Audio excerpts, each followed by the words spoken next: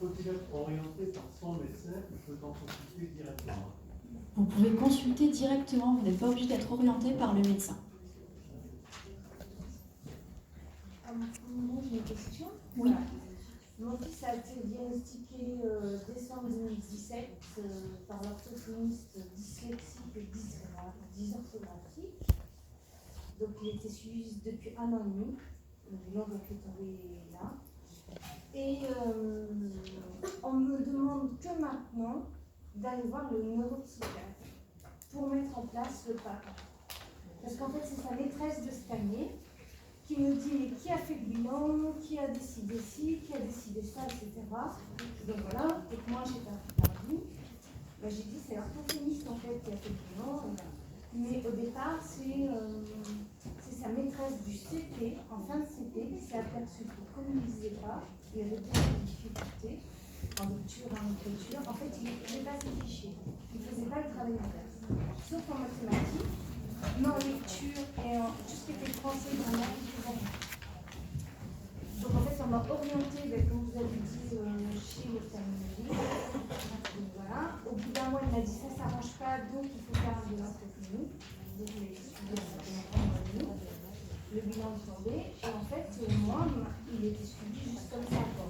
Et en plus, on a mis en place une psychothérapeute pour l'aider parce qu'il disait qu'il était bête, qu'il était trop lent, qu'il était trop long, etc. Qu'il n'arrivait pas à suivre en classe par rapport aux autres.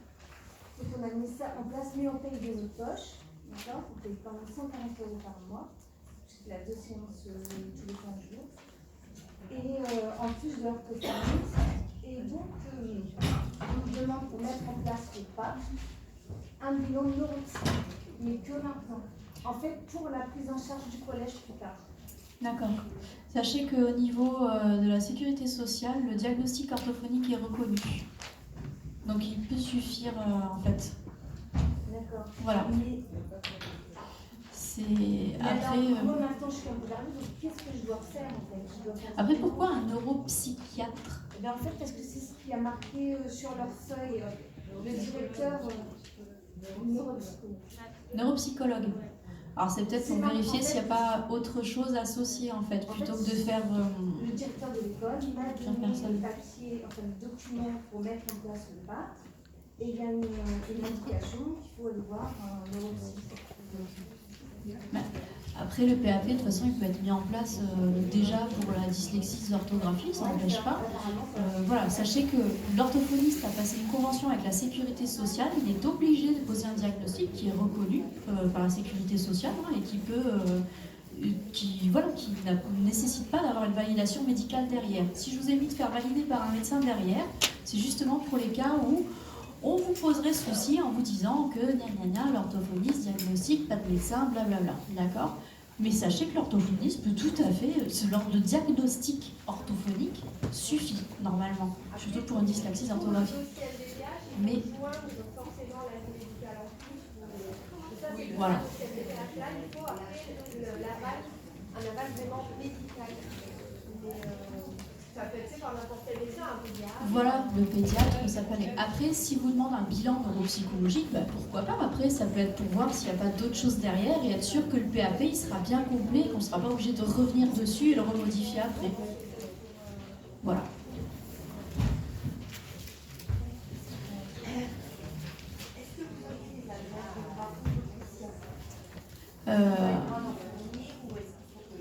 Oui, si vous passez juste après, je peux vous donner le numéro d'une graphomotricienne sur Fréjus.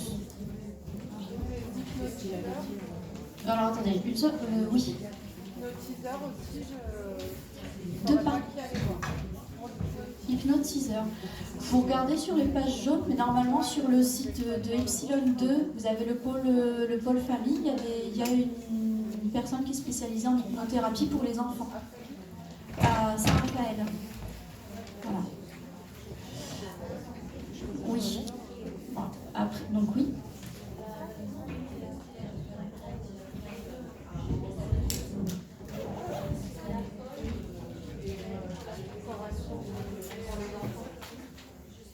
Oui.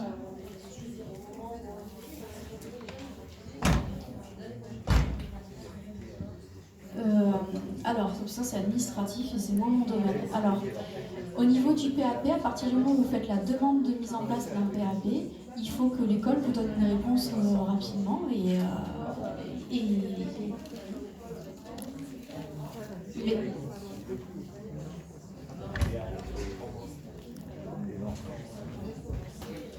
en fait, ils ne veulent pas mettre le PAP en place tout de suite, ils veulent attendre l'année prochaine. Voilà.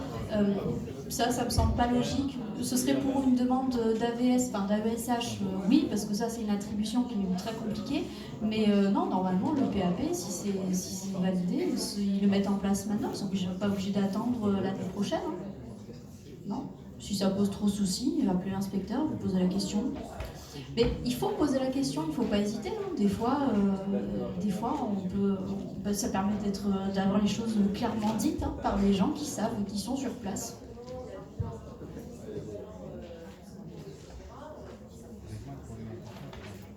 Oui, oui. Après, on a des écoles qui font un peu des fois.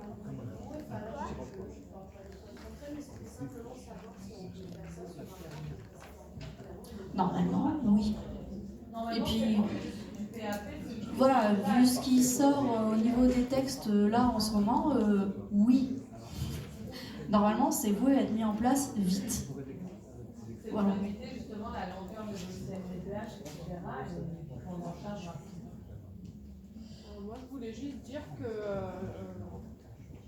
le corps enseignant n'a aucune notion de ce qu'on vient de voir. Ça dépend des formations qu'ils ont eues. Au collège de mes enfants, on dirait qu'on parle chinois.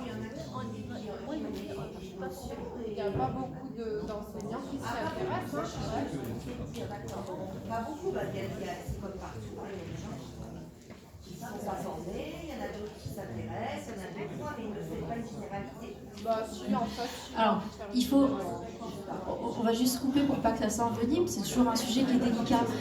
Il faut savoir qu'au niveau de l'UFM, la formation des enseignants concernant les troubles des apprentissages et le reste, tout ce qui est précocité intellectuelle, autisme, etc., est très courte. Après, les profs ont l'opportunité de faire des formations dans ces domaines-là. Si il y a des formations qui sont proposées cette année-là, si on les autorise à faire cette formation et si ça fait partie de ce qu'ils ont choisi. Et puis, voilà, il faut que, il y a plein de contraintes toujours administratives. On est en France, c'est valable dans d'autres pays aussi. Hein. Et il faut aussi savoir qu'il y a quand même certains enseignants qui ont eux-mêmes été 10, qui sont eux-mêmes des anciens enfants 10, toujours adultes 10, ou qui ont des enfants ou de la famille qui est comme ça et qui vont se former en dehors de ces formations-là, qui peuvent être très compétents dans ce domaine-là aussi. Ça va dépendre, comme on disait tout à l'heure, hein, dans tous les corps de métier, il y a des bons, il y a des moins bons, il y a des gens qui s'adaptent, il y en a qui acceptent les différences, il y en a qui ne peuvent pas. Malheureusement, il faut faire aussi avec. Après, quand vraiment il y a trop d'opposition et qu'on revient à une situation maltraitante pour l'enfant, il est toujours temps d'en discuter peut-être avec l'enseignant principal, le psychologue scolaire ou le médecin scolaire, voire le directeur de l'établissement. Et si vraiment il y a un blocage général, contacter l'inspecteur de l'académie. Voilà.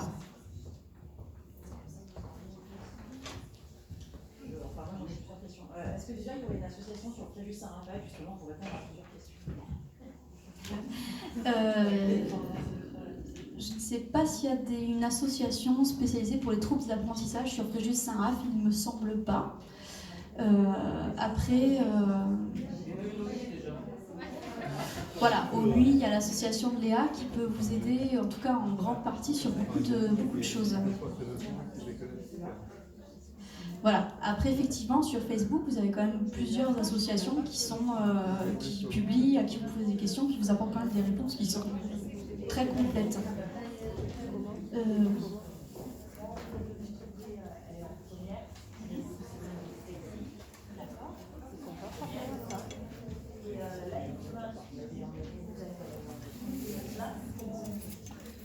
Voilà, j'ai pas de solution, je suis désolée. Alors, s'il y a une orthophoniste qui s'est installée à Puget, Madame Blairon, je crois, quelque chose comme ça, Blairon, c'est pas. à regarder.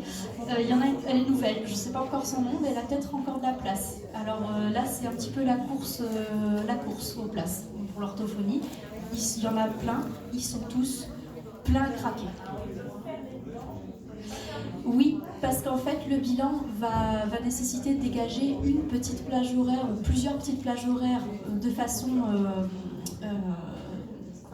aléatoire, alors que la prise en charge va demander un créneau qui va être répété dans le temps avec une place attribuée pour l'enfant. Et en fait, victime de son succès, l'orthophoniste... de quoi ? Alors là, elle est en première, c'est ça. Elle a pu très bien compenser aussi. Des fois, on peut cacher... voilà. Je pense que là, pour l'instant, elle est en première. L'urgence, c'est surtout les aménagements pédagogiques et tout ce qui va être aménagement au niveau des examens. Alors voilà, prenez un rendez-vous avec l'orthophoniste, même si c'est dans un an. Vous verrez à ce moment-là si elle a toujours envie de le faire, parce qu'elle sera quand même en terminale, voire en fin de terminale. Elle aura peut-être pas envie de faire de suivi à ce moment-là. Et j'ai envie de dire, on leur a fait quasiment la majorité de ses apprentissages. Elle a peut-être quand même de stratégies pour compenser. Elle va sûrement choisir une filière après où elle ne va pas être confrontée autant à la difficulté.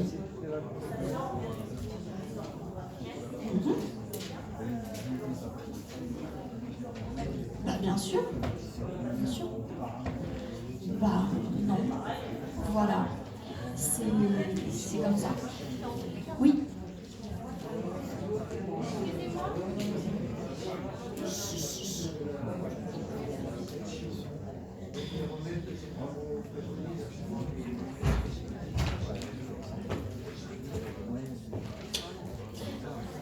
Alors, tout ce qui est travaux du docteur Kersia, c'est ça, pour tout ce qui est semaine posturologique. Alors, ça peut marcher dans certains cas, pas toujours, mais ça peut être très efficace aussi. Ça rejoint un petit peu ce qu'on a vu avec le posturologue. Voilà. Ça peut même être très efficace, avec des aménagements de toute façon du milieu de l'enfant, c'est-à-dire qu'en rejoint aussi le travail de l'ergothérapeute, on adapte le milieu à l'enfant et pas l'enfant au milieu. Voilà. Et c'est ça qui est intéressant aussi dans cette approche. Voilà. Oui.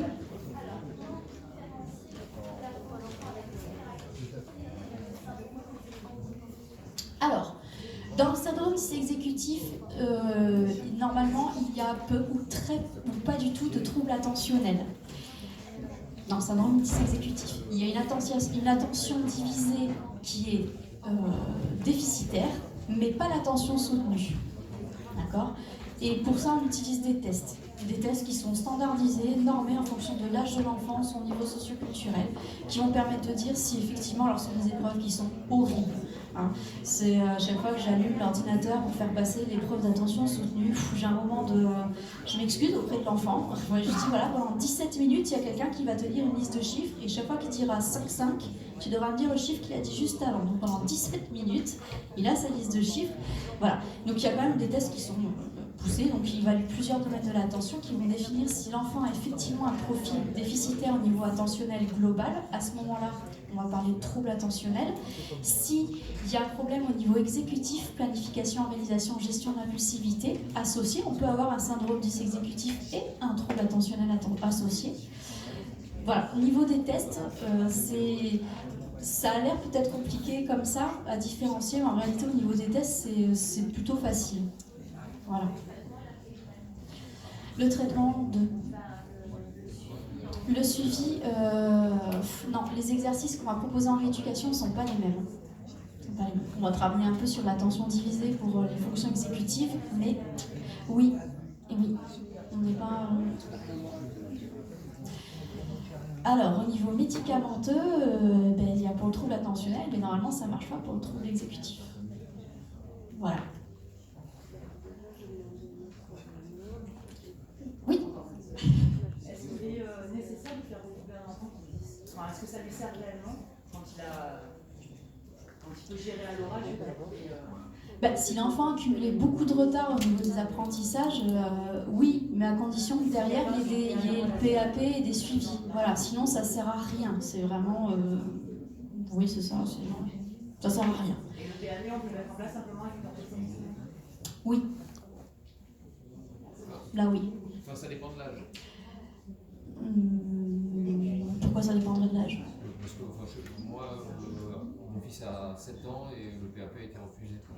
Le PAP a été refusé, pourquoi? Par le médecin scolaire. Ok. Le motif, c'est trop jeune. Il faut lui attendre, il faut lui laisser le temps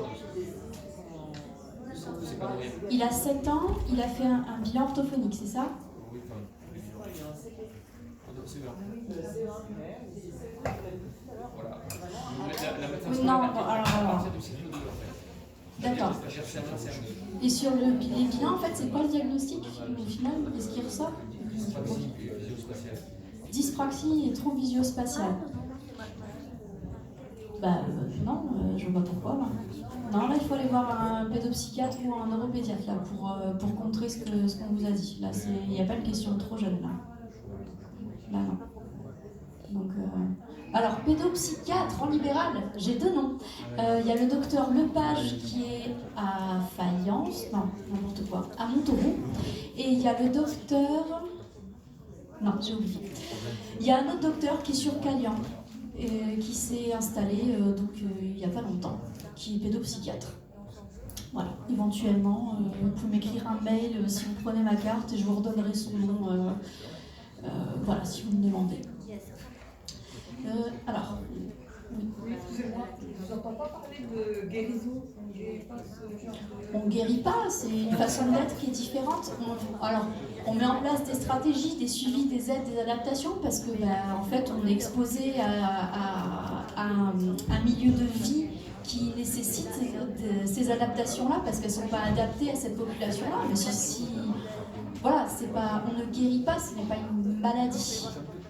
On est toujours comme ça, c'est un fonctionnement, c'est une particularité dans le fonctionnement neurologique. C'est vraiment une différence, c'est ça, c'est une différence. Il n'y a pas de guérison. Elle se voit génétiquement Alors, il peut y avoir des facteurs génétiques, ça peut être inné, c'est-à-dire quand on est dyslexique, effectivement, il y a de fortes chances qu'on ait un de ses parents qui le soit. Voilà, peut-être souvent les deux. Ça peut être aussi quelque chose d'acquis, comme on a vu tout à l'heure, par exemple pour la dyscalculie, ça peut être lié à un syndrome d'alcoolisme fœtal, une exposition à un toxique au moment de la grossesse. Ça peut être un AVC au moment de l'accouchement, on l'ignore, on cache ces merveilleuses choses de l'accouchement en future maman, et c'est bien. Mais l'enfant peut faire un AVC et il y a des séquelles qui peuvent être très très graves. Voilà, ça peut être lié à un traumatisme crânien. Un enfant qui a un accident de la route va avoir un traumatisme crânien. Voilà, alors il va récupérer différemment d'un adulte, il va compenser différemment d'un adulte, mais il va avoir des séquelles aussi au niveau cognitif, donc des troubles 10 qui vont être liés à ce traumatisme crânien et qui vont plus ou moins s'estomper dans le temps, mais ils seront toujours là. Il y a vraiment toujours cette notion de le trouble, il y a cette notion de c'est à vie. Je l'avais écrit tout à l'heure, c'est à vie. On s'adapte plus ou moins, on compense, on arrive à faire compenser par l'environnement aussi, mais on a toujours cette différence. D'accord. Une IRM fonctionnelle pourrait montrer ce Oui. genre de choses. Oui et non. Dans le cas des 10 acquis, oui, on peut le voir à l'IRM. Dans le cas des facteurs plutôt génétiques, on a du mal à le localiser. On voit qu'il y a des différences dans les activations, mais c'est plus difficile. La médecine chinoise peut faire quelque chose là-dessus, acupuncture, toutes ces choses-là, stimulation de justement tous les réseaux, des méridiens qui sont intracrâniens. Aucune idée. J'ai jamais cherché dans ce domaine-là. Après, la médecine chinoise a des effets qui sont très, très intéressants dans plein de domaines. Mais là, sur les troubles 10, j'en ai aucune idée. Et la méthode Tomatis. Alors la méthode Tomatis, alors je ne pouvais pas parler de tout évidemment, alors la méthode Tomatis, comme la méthode Padova, la méthode Kuvas-Medek, voilà, il y a plusieurs types de méthodes qui ont été mises en place. La méthode Tomatis est une méthode qui marche très bien dans certaines situations, qui n'est pas forcément toujours très adaptée pour tout, mais qui a des effets qui peuvent être spectaculaires sur des enfants qui ont des pathologies tout aussi spectaculaires. Voilà. Je crois qu'il y avait une autre personne qui voulait poser une question avant. Oui. Bonsoir.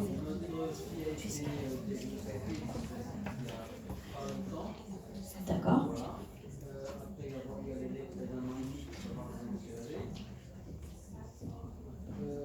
Et donc, notre problème aujourd'hui présent, c'est, on va dire, une certaine violence de Louise, il y a 6 ans.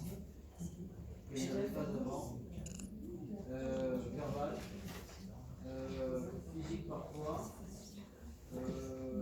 Voilà, par exemple, on va manger, on se met à table, bien à table.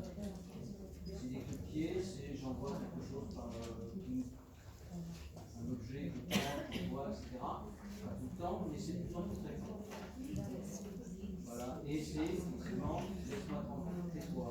Mais ça prend des proportions importantes. Mais c'est ce qu'elle dit quand elle vous dit ça? Pardon? Est-ce que, enfin, si elle dysphasique, qu'elle vous dit ça, mais est-ce que ça a le sens que vous comprenez, ou est-ce qu'elle y met un autre sens? Je dirais qu'à la limite, je vous pose la question, mais c'est, je sais, non. C'est un peu... Là, on est un peu sur la planète Mars en ce moment, on redécouvre l'île. On a un stade où il y a des choses qu'on ne comprend pas. Voilà. Elle a quoi comme suivi, là? Oh, elle a eu plein de suivis. Non, là, maintenant. Là, aujourd'hui, neuropsy, orthophoniste, orthoptiste,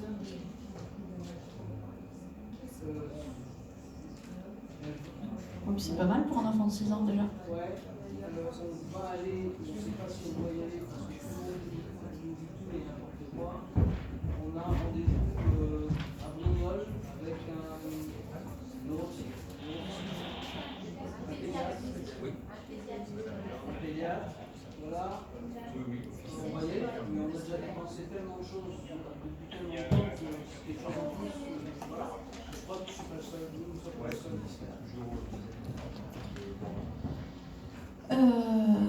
La question c'est pourquoi là elle est suivie par un neuropsy alors qu'il y a une dysphasie? Qu'est-ce qu'il y a d'autre associé qui nécessite un neuropsy? Pour le moment, rien. Enfin, pour le moment, rien. On nous a rien dit d'autre. Elle a fait un bilan, donc le neuro. Ouais. Et sur le bilan il n'y a rien.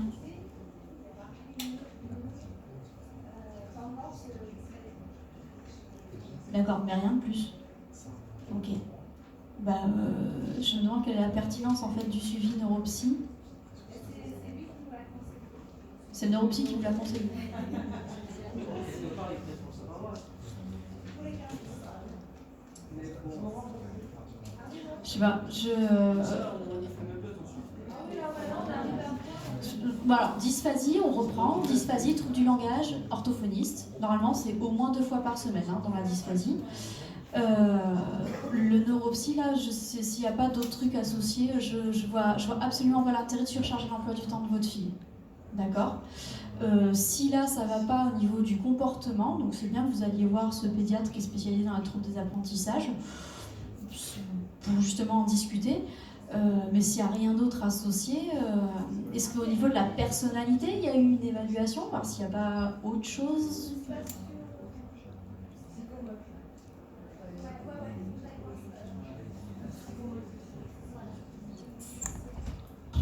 Et laissez tomber le neuropsy, hein. Bah, ça sert à rien. Allez voir le psychomotricien, allez voir l'orthoptiste, l'orthophoniste. Bah, déjà, vous faites ça. Quand l'orthoptiste est fini, vous allez voir le psychomotricien s'il y a encore des difficultés, d'accord, au niveau spatial, orientation temporelle, d'accord, que à ce moment-là, d'accord.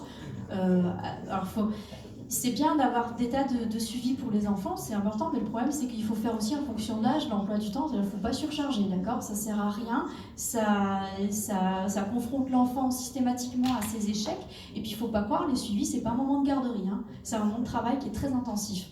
Donc c'est un moment qui peut être de façon ludique, quand même assez douloureux au niveau neurologique. Voilà. Donc il y a peut-être une fatigue et une surcharge, il y a peut-être autre chose en fait. Peut-être que votre fille elle vous dit ça, mais au niveau comme elle est dysphasique, peut-être que c'est pas ça qu'elle essaie d'exprimer. Donc je sais pas, en essayant de passer, je sais pas, peut-être. L'anxiété, parce que bon, elle est en permanence. Comme elle est très angoissée, au bout d'un moment, ça sort. Ah bah du coup oui, mais après il y a un cadre qui est particulier aussi. Enfin, après c'est toujours particulier quand on est dysphasique, quand on a un problème de langage oral, bah, à l'école c'est difficile de se faire des copains parce qu'au niveau de l'interaction, de la communication, c'est compliqué. La psychologue scolaire, elle est au courant de ce qui se passe. Est-ce qu'il y a une AESH à l'école? Une AVS? On est en train de faire un magnifique dossier. Le célèbre dossier MDPH.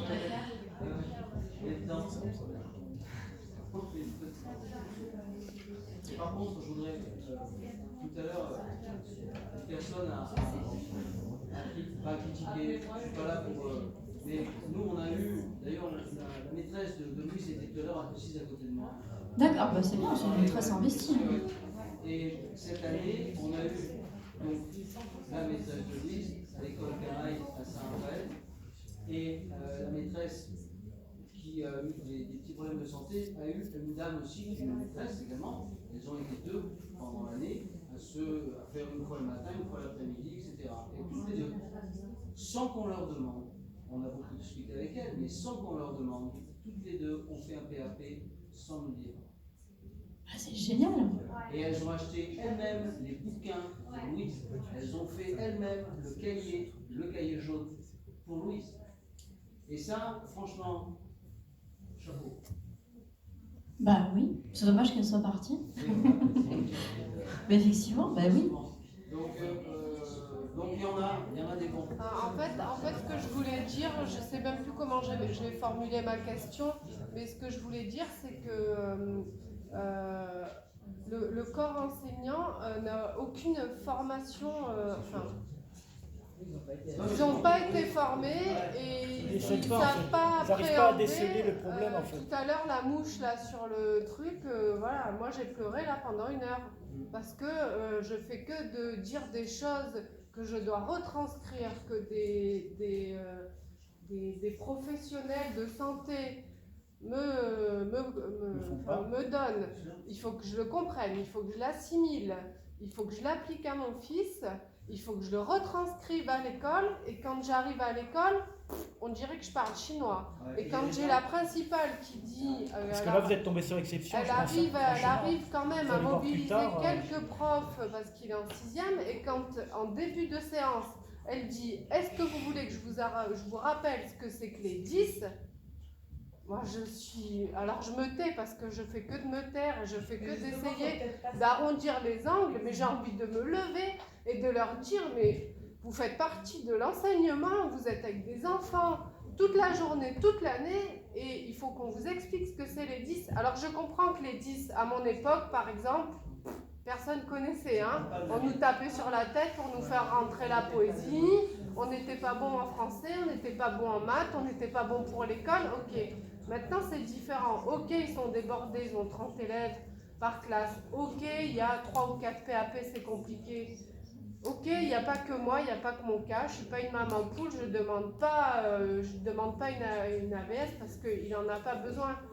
Mais là, alors premier trimestre, ils sont cool, ils jouent, mais en fait ils mettent la forme, mais il n'y a pas le fond.